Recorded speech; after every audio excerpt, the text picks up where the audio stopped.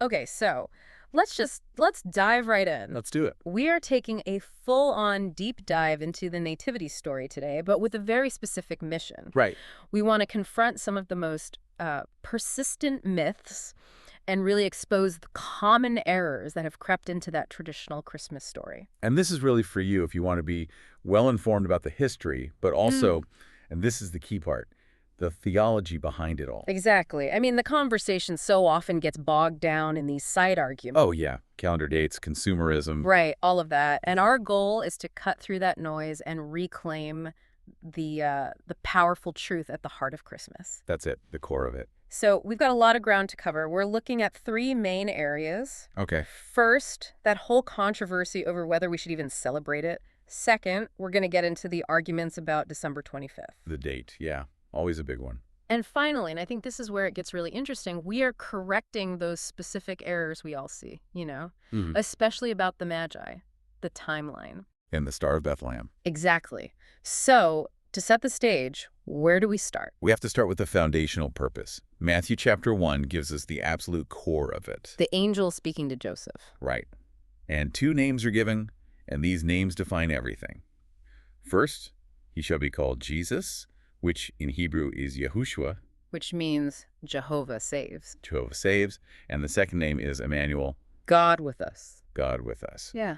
Now, let's pause on Yahushua for a second. That's not just a random name, is it? No, not at all. For listeners who haven't heard that before, it connects directly back to the Old Testament. It does. Yahushua is the Hebrew name for Joshua, the one who led Israel into the Promised Land. the great deliverer. So calling this child Yahushua signals that he is the ultimate deliverer. So you have the Savior Jesus saving people from sin, and Emmanuel, God, being physically present with us. Exactly. That relationship is the whole point. God comes to be with us so that he can save us. That combination is the anchor for everything else we're going to talk about. Okay, so let's jump right into that first big controversy then, the one that comes up every year. Should Christians even celebrate Christmas at all? You hear it from groups citing pagan origins or, the fact that there's no biblical command to do it in December. And right there, that's where the distraction begins. Yeah. Because the fundamental problem is focusing on the day or the date. You're saying that's the wrong question to be asked. It's the wrong question entirely. If we get stuck on the calendar, we miss the miracle. The focus has to be on God and what he did on that day, the incarnation. That reframes the whole thing. Because if you focus on the purpose, then you realize you can't separate the cradle from the cross. Inseparable is the perfect word.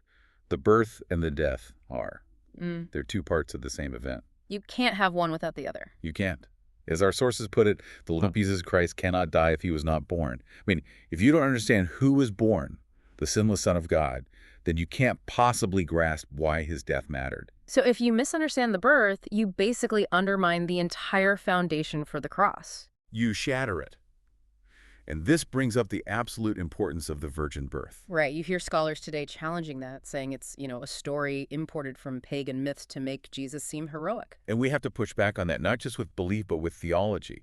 There is a profound theological reason for it. Jesus had to be born without sin. Original sin. Exactly, to become sin for us. But he also had to be fully human to qualify as our Redeemer. Okay, wait. Let's break that down. The kinsman-redeemer principle. What does that mean in simple terms? Why did he have to be both? It's a great question. So the idea comes from the Old Testament. To redeem or buy back a person or property from debt or slavery, the Redeemer had to be a relative, a kinsman. So part of the family. Part of the family. For Jesus to redeem humanity, he had to partake of our flesh and blood. He had to become one of us. But to redeem us from sin, he couldn't have any of his own. Precisely. That's the duality. That's why the virgin birth isn't some mythological add-on. It is a theological necessity.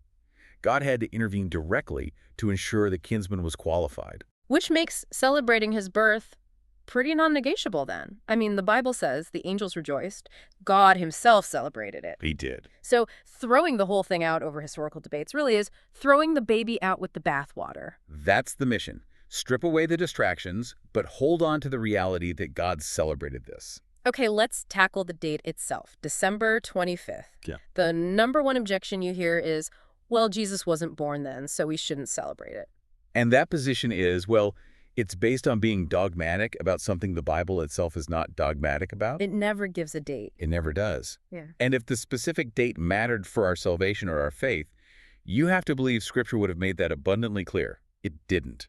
The most common argument against a winter date, though, it centers on the shepherds.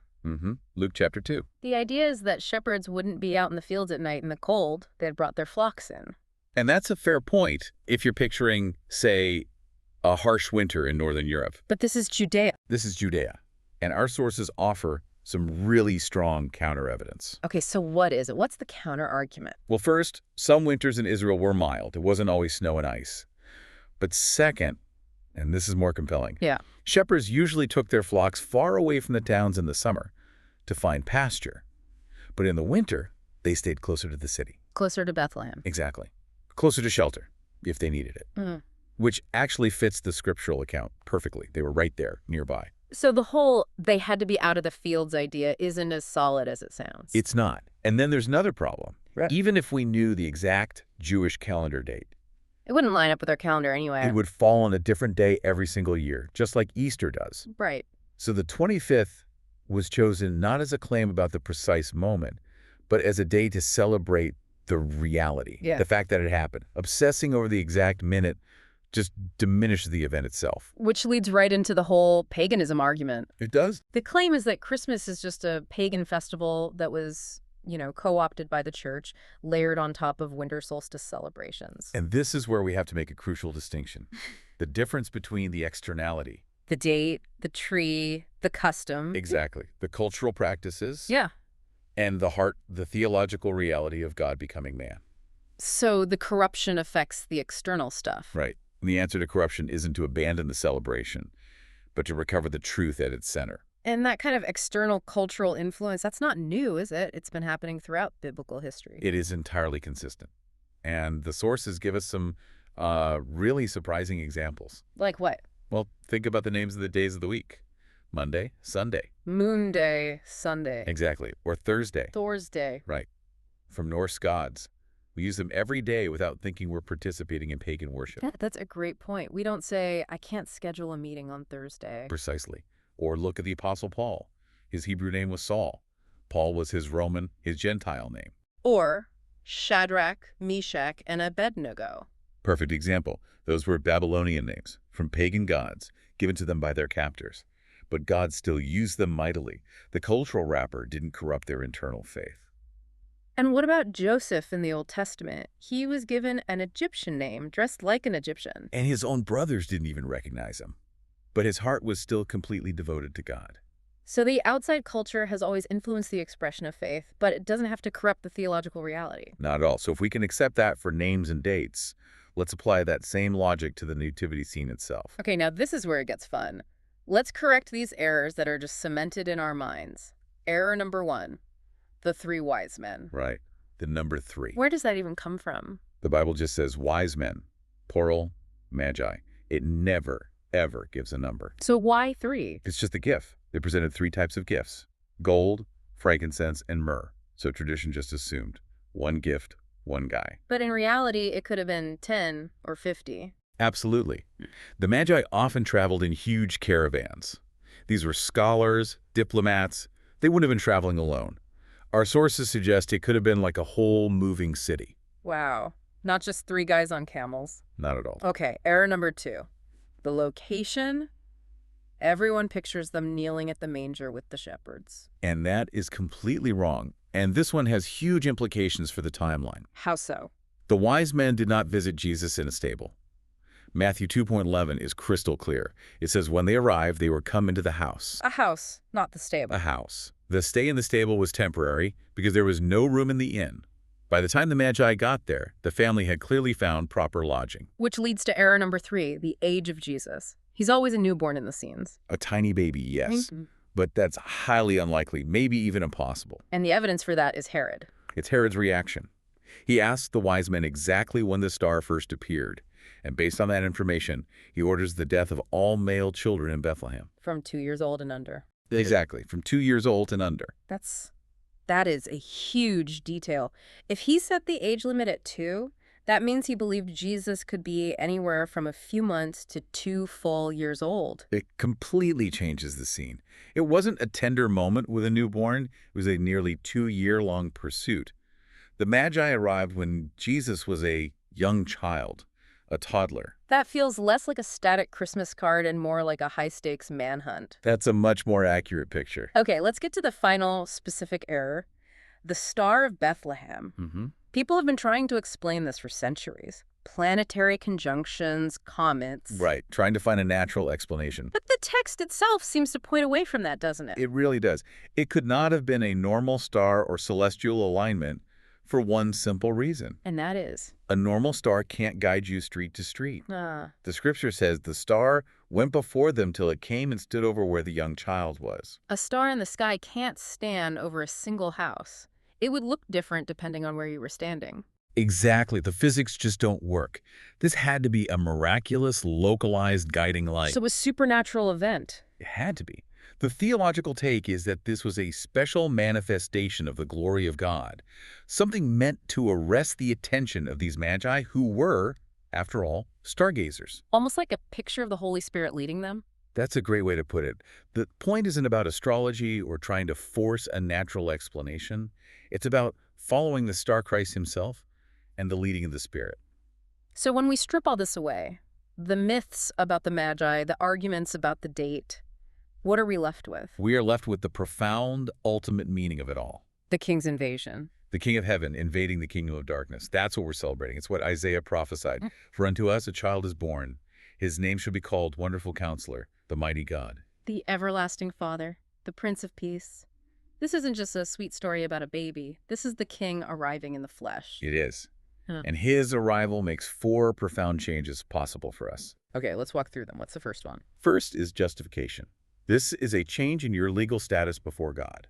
So it's like my spiritual record is wiped clean. Exactly. You go from being God's enemy because of sin to being declared righteous. You're God's friend. Okay, so that's my status. What's next? Second is regeneration. This is a changed nature. Can you give an analogy for that? It sounds a little technical. Think of it like getting a new heart. The old, stony heart that can't respond to God is removed, and he gives you a new heart of flesh. It's being born again. A total internal transformation. Okay, so status, nature. What are the other 2? Third is adoption. We're formally brought into God's family. We become sons and daughters? Inheritors. Yeah. And finally, sanctification. And this is the lifelong process. This is the daily growth part, right? That's it. Being continually renewed, changed into the image of Christ day by day. His birth made all of that possible. A changed status, a changed nature, a changed family, and a continually changing life. That is an incredible summary. So we've stripped away the cultural noise, corrected the timeline, and reaffirmed this life-changing purpose of God becoming man. And as we close, I just want to leave you with one final thought. Okay. Our sources kept highlighting Herod's violent reaction, the massacre of children 2 and under. Think about the sheer intensity of the spiritual opposition to stop that first Christmas from happening. It was an all-out assault. It was. So here's the question. If the devil took the first Christmas so seriously that he incited a massacre to try and stop it, how should we regard the necessity of guarding the true spiritual heart of this celebration against modern distractions? Things like commercialism, confusion. Even simple legalism. What are we allowing to pollute the significance of this world-altering event in our own hearts and lives? That is a truly powerful question to reflect on. Thank you for joining us for this deep dive. God bless you.